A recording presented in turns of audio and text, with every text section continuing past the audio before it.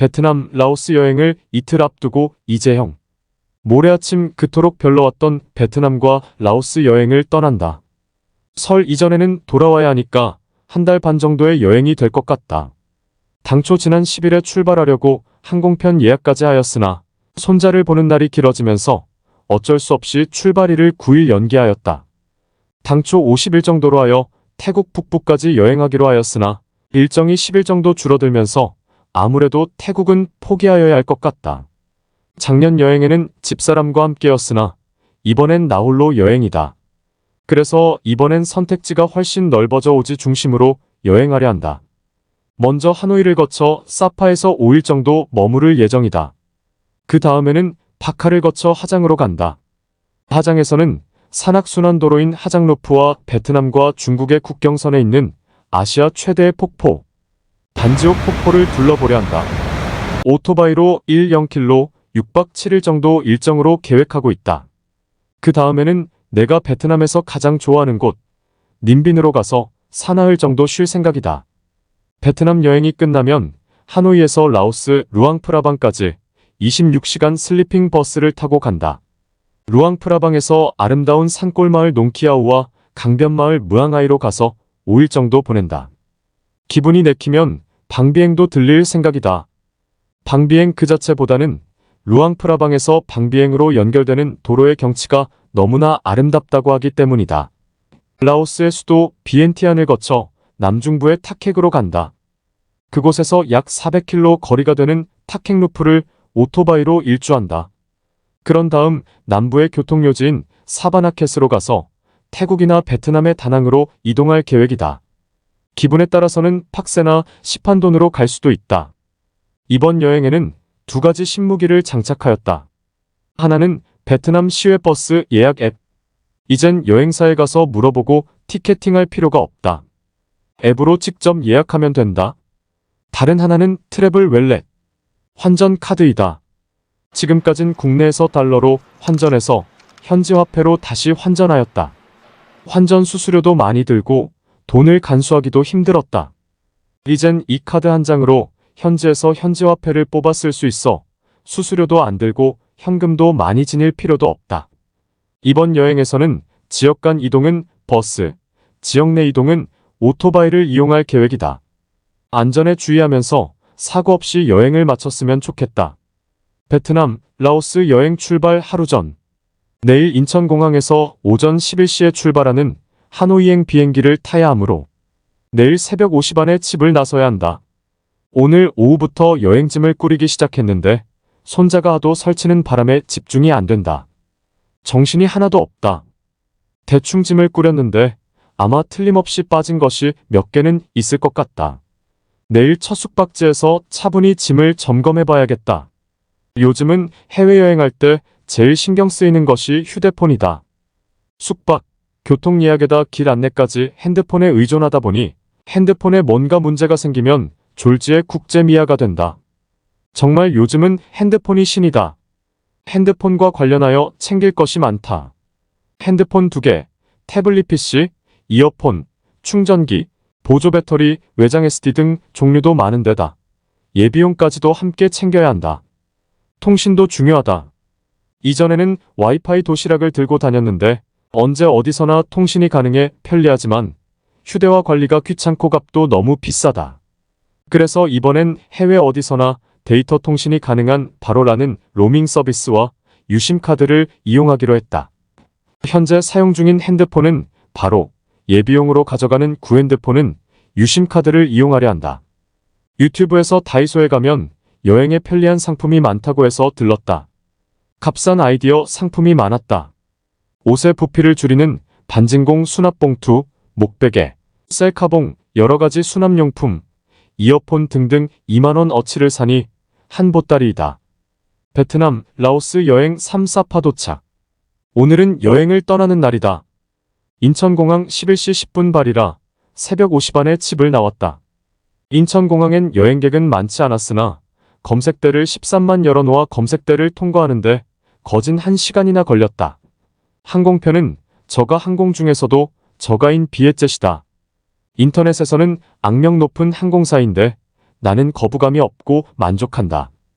비행기에 탑승한 후 1시간 반 정도 졸다가 태블릿 PC로 드라마 한 편, 과학 다큐멘터리 3편 보고 난 후 마작 2판 하고 나니 하노이 공항이다. 출국 수속을 하고 나오니 오후 2시가 조금 지났다.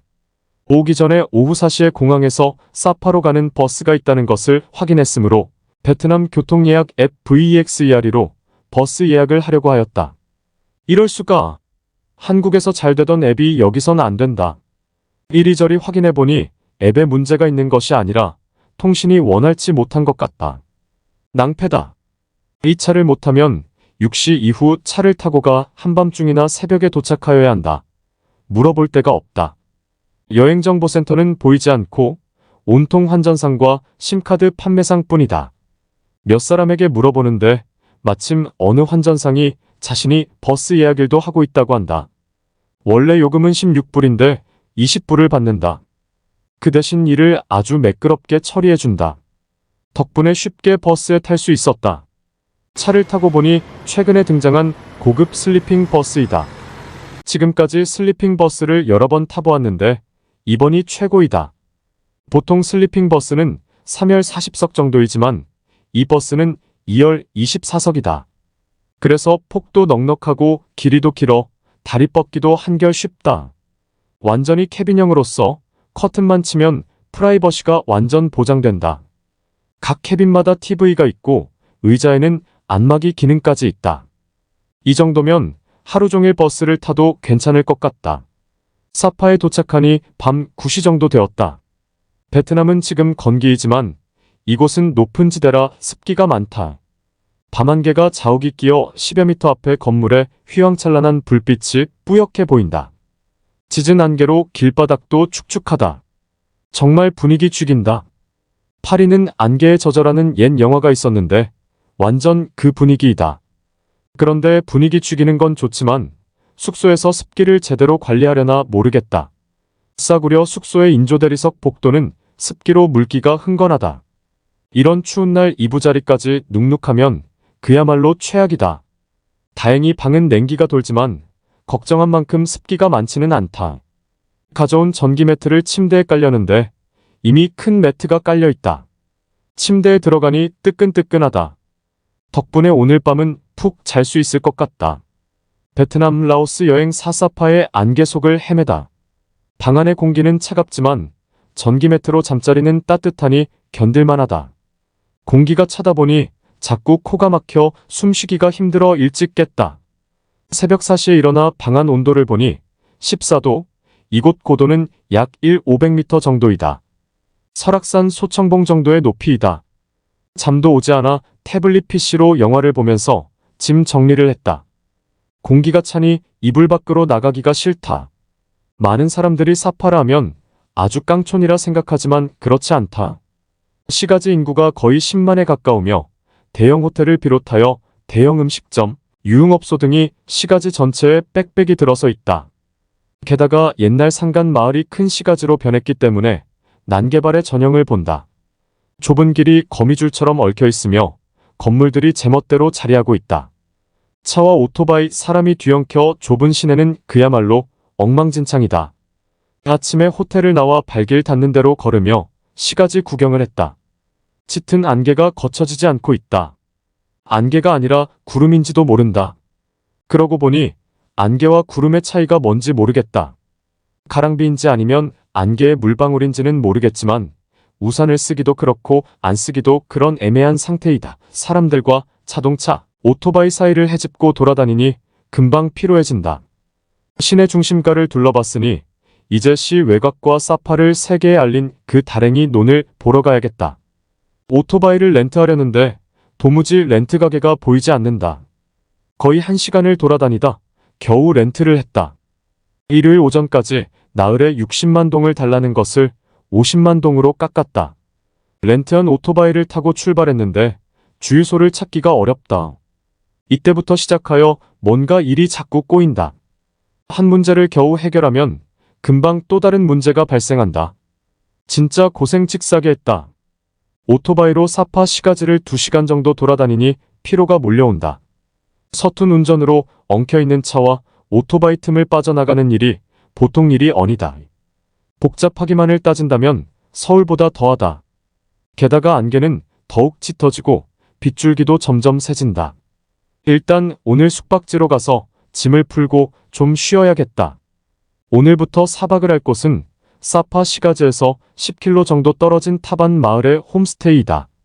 구글 내비를 보며 찾아가야 하는데 스마트폰을 쥐고는 운전을 할 수가 없다. 이럴 때를 대비하여 스마트폰 거치대를 사왔는데 오토바이 수납함에 넣어두었다. 비옷도 수납함에 들어있다. 수납함을 열려고 했으나 도저히 못 열겠다. 할 수 없이 중간중간에 주머니 속의 내비를 꺼내보면서 그리고 사람들에게 물어가면서 타반 마을을 찾아간다. 비가 점점 거세지지만 비옷도 꺼낼 수가 없어 그대로 빗속을 달린다. 중간중간에 비포장 도로도 많아 등에 식은 땀이 흐른다. 마을 입구에서 늦은 점심으로 쌀국수를 사 먹었다. 어제 베트남에 입국한 이래 제일 값싼 식사였지만 제일 맛있었다. 타반 마을은 2300호쯤 되어 보이는 동네인데 산 중턱에 걸쳐 넓게 퍼져 있다. 사파가 세계적인 힐링의 성지로서 알려져 세계 각국에서 관광객이 찾아오면서 이 인근의 마을들이 모두 상업화되어 가지만 타반 마을은 가장 때가 덜 묻은 곳이라 한다. 타방 마을 위쪽과 맞은편 저 건너는 모두 다랭이 논이다. 내가 묵을 숙소는 타반 드래곤 하우스라는 홈스테이로서 마을 높은 쪽에 위치하고 있다. 신기하게도 그렇게 열려고 해도 안 열리던 사물함 뚜껑이 숙소에 도착하니까 쉽게 열린다. 그리고 어느새 그 지독하던 안개와 비도 그쳤다. 아무래도 오늘은 나돌아다니지 말라는 계시인 것 같다. 방에 들어가니 더블 침대 발끝 쪽 벽은 통유리로 되어 있고 밖은 베란다로 되어 있다. 창문 너머 저 아래로 마을 풍경이 보인다. 최고의 뷰다. 뜨거운 물로 샤워를 하고 전기 매트가 켜진 침대 속에 들어가니 살만하다. 이제야 몸에 한기가 좀 가신다. 저녁을 먹으러 나가기가 귀찮아 안주인에게 이곳에서 식사할 수 없느냐고 물으니 괜찮다면 자기 식구들과 함께 하자고 한다. 나도 흔쾌히 응했다. 흰 쌀밥에다 3가지 채소 무침에다 두부와 닭찜을 곁들인 푸짐한 저녁이었다. 밥맛도 악기바레보다 나은 것 같았다. 남편은 초등학교 교사로서 부부가 일남일녀를 두고 있다고 한다. 부인이 아주 젊고 예쁘다. 처음에 67살쯤 되어 보이는 아이를 보고 동생이냐고 물으나 펄쩍 뛰면서 아들이라 한다. 말이 잘 안 통해서 그렇지 즐거운 식사였다. 베트남 라오스 여행 오산길 트레킹과 카칸마을 탐방. 사파 여행은 이번이 2번째이다. 5년 전 이맘때쯤 하노이에서 투어 그룹에 합류하여 3박 4일 일정으로 이곳에 왔었는데 내내 폭우가 쏟아졌다. 폭우 속에 트레킹에 따라 나섰다가 가파른 산에서 미끄러져 허리를 크게 다쳤다. 그때는 영구장애인이 되는 게 아닌가 생각할 정도의 큰 부상이었다. 그 후유증으로 지금도 조금 무리를 하면 허리가 아프다. 아침에 잠을 깨니 통유리창 밖이 뿌옇다. 오늘도 짙은 안개인 것 같다. 베란다에 나가 아래를 보니 길이 축축히 젖어 있다. 한 번씩 이곳에 찾아오는 관광객들에게야 이런 모든 모습이 정겹게 느껴지겠지만 평생을 습기 속에서 살아가는 사람들에게는 이만저만 괴로움이 아닐 것이다. 쌀국수로 아침을 먹고 가까운 곳으로 잠깐 걷기로 했다. 숙소에서 1.3km 떨어진 곳에 지앙타 차이쥐아이에이 엔주티에이 CHAI 마을이란 곳이 있다 해서 그곳에 다녀오기로 했다. 지금 숙소도 마을에서 상당히 높은 곳에 위치해 있는데 지앙타 차이 마을은 집 밖으로 나와 산 위쪽으로 나 있는 길을 계속 따라 올라가야 한다. 자동차 한 대 정도가 올라갈 수 있는 폭의 길인데 시멘트 포장이 되어 있다. 열대 식물이 우거진 숲길을 걸으니 기분이 더없이 상쾌하다. 바로 이것이 사파의 진정한 가치일 것이다. 길 옆 산 아래쪽으로는 거의가 다랭이 논인데 아쉽게도 안개 때문에 잘 보이지 않는다. 길을 잘못 들어 거의 2.5km나 걸어 올라갔다. 길을 잘못 든 것을 확인하고 다시 갈림길까지 돌아왔다. 그곳에서 지앙타 차이 마을까지는 400m이다. 그런데 도로 공사를 하는지 길이 엉망이다. 망설이다 일단은 가보기로 했다. 길이 완전히 진창이라 보통 힘든 것이 아니다. 마을 앞 100m가 되는 곳까지 왔는데 도저히 들어갈 수 있는 길이 아니다. 포기하는 게 현명하다고 생각하여 돌아서는데 길 옆에 있는 집의 뒷 헛간으로 가는 길이 보인다. 혹시나 해서 그 길로 들어가 보니 또 다른 집 마당이 나온다. 이런 식으로 연결해 나가니 몇 채의 인가가 보인다. 동네라고 할 수도 없는 곳이다. 이 마을은 특이하게 집들이 다랭이 논 사이에 위치해 있다. 좁은 가파른 길 양옆으로 모두 다랭이 논이다. 논뚝길로 들어가서 보면 더욱 잘 보이겠지만 들어갈 수 있는 곳이 아니다. 전체적으로 어떻게 생겼나 알고 싶어서 인터넷으로 이곳 화상을 찾아보았은데 맙소사. 여기가 바로 우리가 사진에서 보았던 산꼭대기까지 첩첩이 쌓였던 바로 그 다랭이 논 풍경이다. 그런데 그 가운데 들어가 있는 내게는 길 양쪽에 있는 몇 개의 논이 보이는 것이 고작이다. 길을 잘못 든 덕에 3시간을 걸었다. 덕분에 사파의 고요하고도 상쾌한 산길을 마음껏 즐길 수 있었다. 숙소에 돌아와 잠시 쉰 후 오후 1시쯤 되어 오토바이를 타고 무앙호아 밸리에 있는 산차이 빌리지로 갔다. 비가 갑자기 제법 많이 뿌린다. 다행히 산차이 마을에 도착하니 비는 멈춘다. 무앙호아 밸리는 아주 넓은 계곡이다. 계곡 양쪽으로는 다랭이 논들이 보인다. 이곳도 꽤 알려진 트레킹 코스인 것 같다. 많은 트레킹을 즐기는 많은 사람들이 보이고 길 양쪽으로는 기념품 가게와 식당이 끝도 없이 이어진다. 다행히 안개비는 그쳐 저 먼 풍경까지도 잘 보인다. 사파에서는 드물게 탁 터진 느낌을 주는 계곡이다. 끝 무렵에 있는 식당에서 쌀국수로 점심을 먹었다. 이곳에서는 쌀국수를 주문하면 큰 양푼이에 가득 담긴 야채가 함께 나온다. 고수 외에는 내가 아는 야채는 없지만 그 많은 야채를 모두 비웠다. 식사를 한 후 식당에 오토바이를 맡겨두고 안쪽으로 걸어 들어갔다. 당초 5분 정도 걸어 들어갔다가 나오려 했으나 주위가 하도 좋아 계속 걷다 보니 왕복에 1시간이 넘게 걸렸다. 시간이 남아 카칸 마을로 향했다. 무슨 조화인지 내가 오토바이만 타면 세찬 비가 쏟아지고 짙은 안개가 낀다. 자욱한 안개 속을 비를 맞으며 달린다. 중간중간에 비포장 도로와 도로공사 구간이 나와 애를 먹었다. 겨우 카칸 마을에 도착하였다. 카칸 마을은 사파에서 가장 유명한 소수민족 마을로서 입장료도 무려 15만 동약 8,000원이나 받는다. 나는 5년 전에도 이곳에 온 적이 있는데 그때는 사파 쪽에서 걸어 내려왔다. 이번에는 아래쪽에서 간다. 내 페이스북의 프로필 사진의 배경 사진이 바로 그때 찍은 카칸 마을 풍경이다. 도착하니 비가 그친다. 카칸 마을에 들어가니 이전과 완전히 달라졌다. 이전에 왔을 땐 그래도 원주민 가옥이 좀 있었는데 지금은 찾을 길이 없다. 기념품점, 식당, 숙소 등만 있을 뿐이다. 계곡만이 옛날 그대로인데 그 계곡조차 그대로 두지 않는다. 잔도, 울타리 등 인공 구조물이 계곡 위를 가로지르고 있다. 완전히 테마공원으로 바뀐 것 같다. 어둡기 전에 숙소로 돌아가야 한다. 출발하고 난 뒤 얼마 지나지 않아 또 비가 뿌리기 시작한다. 날은 점점 어두워지는데 10m 앞도 잘 보이지 않을 정도의 짙은 안개가 끼고 비도 점점 심해진다. 악전고투 끝에 겨우 숙소에 돌아왔다. 먼저 차가운 몸을 덮이기 위해 뜨거운 물로 샤워부터 하기로 하였다. 그런데 이게 웬일, 잘 나오던 물이 온몸에 비누칠을 하고 씻어내려는데 갑자기 물이 나오지 않는다. 뜨거운 물뿐만 아니라 찬물도 안 나온다. 낭패다. 스태프라고는 안주인과 일하는 아가씨뿐이다. 어쩔 수 없이 동남아 국가 화장실이라면 어느 곳에나 비치되어 있는 뒤씻는 물로 대충 비누를 씻어내리고 샤워실을 나왔다. 찬물로 온 몸을 씻었더니 더 떨린다. 뜨끈한 전기 매트가 깔린 침대가 최고다.